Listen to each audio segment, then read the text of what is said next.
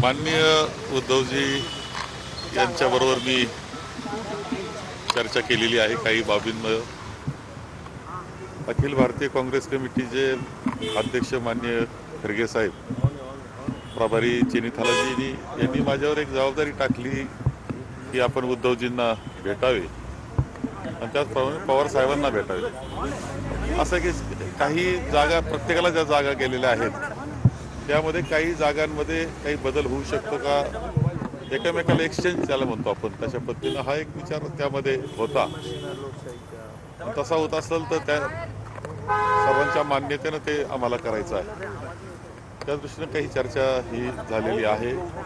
दुसरं असं आहे की एक जबाबदारी अशी की काही विषय असे असतात, एवढ्या मोठं आता निवडणूक आहे महाराष्ट्राची, काही विषय असे असतात का ज्याच्यामध्ये प्रत्यक्ष जाऊन भेटून बोलणं आवश्यक असतं। असे विषय या निमित्तानं चर्चा केली आहे। त्या बाबतीतल्या ज्या गोष्टी घडल्या त्या मी माननीय चेनीथालाजींना आणि माननीय खरगे साहेबांना अवगत करणार आहे।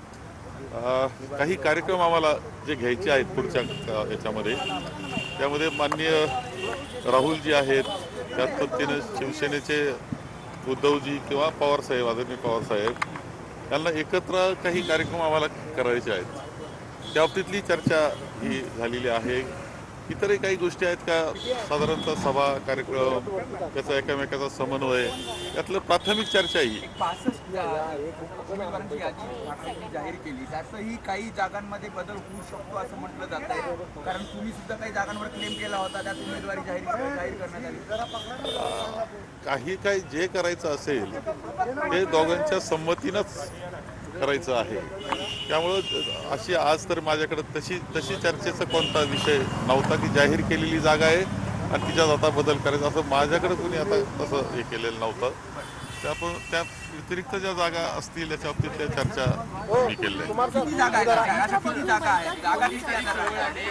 किती जागा आहेत? 2 दिवस बाकी आहेत, अशा किती जागा आहेत ज्यावर अजूनही चर्चा बाकी आहे किंवा क्रीडा नाही चालू शकतं हे असं की या गोष्टी निवडणुकीमध्ये शेवटच्या क्षणापर्यंत चालतात।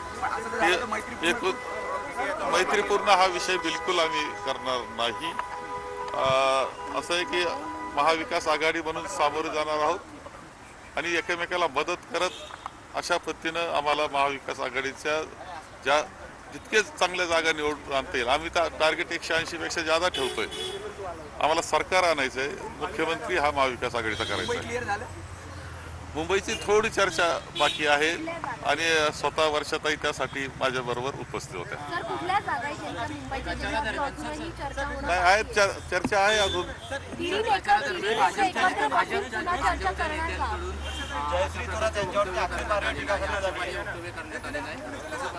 कसलं एक असं आहे की राजकारण आपण करतो, भाषणं असतात, लोकशाहीनं मतांतर दिले, मांडण्याचा अधिकार तो दिलेला आहे। पूर्वीच्या काळामध्ये ते उच्च पातळीला चालायचं, तात्विक पद्धतीनं चालायचं।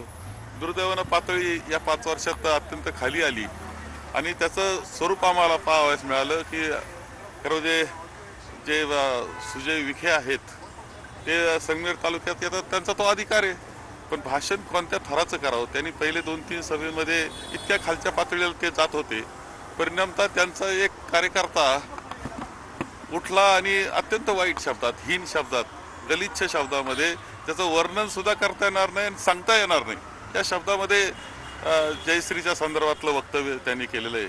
त्याचा निषेध तर सगळे करतायत।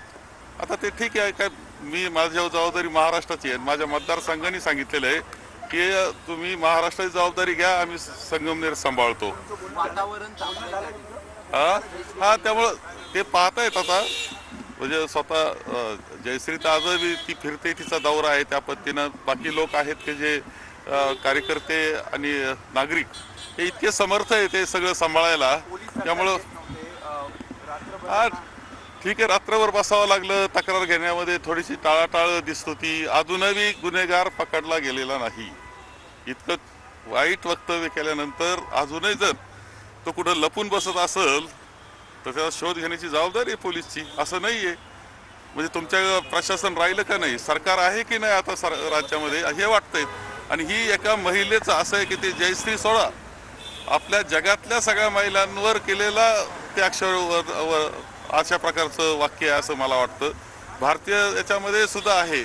आणि लाडकी बहिणा असं एका बाजूला म्हणत असायचं मता करता, आणि दुसऱ्या बाजूला महिलेवर मुलींवर घरात प्रत्येकाच्या घरात मुली बाळी आहेत. आपण जर असं वक्तव्य करायला लागलो खाली, असं दुर्दैवानं असं आहे की ते हे नेते मंडळी जी स्टेजवर होती त्या वाक्याला टाळ्या वाजत होते. हे अत्यंत दुर्दैवाचं आहे, हे अत्यंत अक्षर. याचा अर्थ बोलणारा वक्ता स्वतःच्या मनानं बोलण्यापेक्षा यांच्या सांगण्यानं बोलत होता. आणि म्हणून यांच्या मागचे जे मेंदू आहे, बुद्धी आहे, यांना सुद्धा वेळ आलेली आहे धडा शिकवण्याची.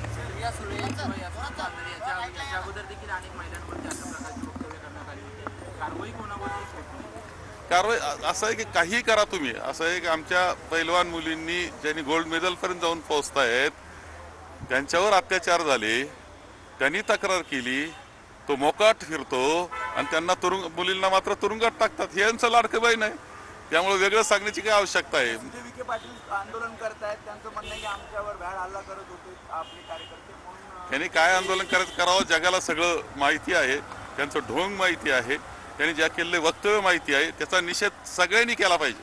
म्हणजे पक्ष बाकी सगळे मतभेद विसरून निषेध करावं, अशा प्रकारचं हे सुजय विखे यांचं आणि त्यांच्या कार्यकर्त्यांचं वागणं आहे.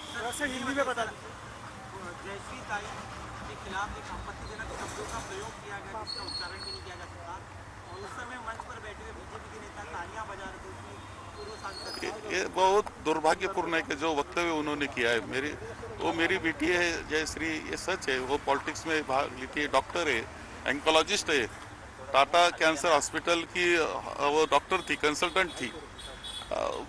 अत्यंत दुर्भाग्यपूर्ण वक्तव्य है, बहुत गलिच्छ वक्तव्य है। और ये सच है कि जब ये कार्यकर्ता बोल रहा था, ऐसा वक्तव्य कर रहा था, तब ये सब नेता मंडली जो स्टेज पर थी वो ताली बजा रहे थे। ये तो अत्यंत दुर्दैव है। इसमें कोई सवाल मेरी बेटी ऐसा नहीं, सारी महिलाओं का ये इसमें महिलाओं के बारे में उन्होंने वक्तव्य किया, ऐसा समझने की जरूरत है। नहीं, उन्होंने तो FIR लेने में भी बहुत टाइम लिया। अभी तो आरोपी कहाँ बाहर गया है, किसने छिपा दिया है उसको, वो जिम्मेदारी पुलिस की है, उनको ढूंढकर खोजकर जेल में डालना।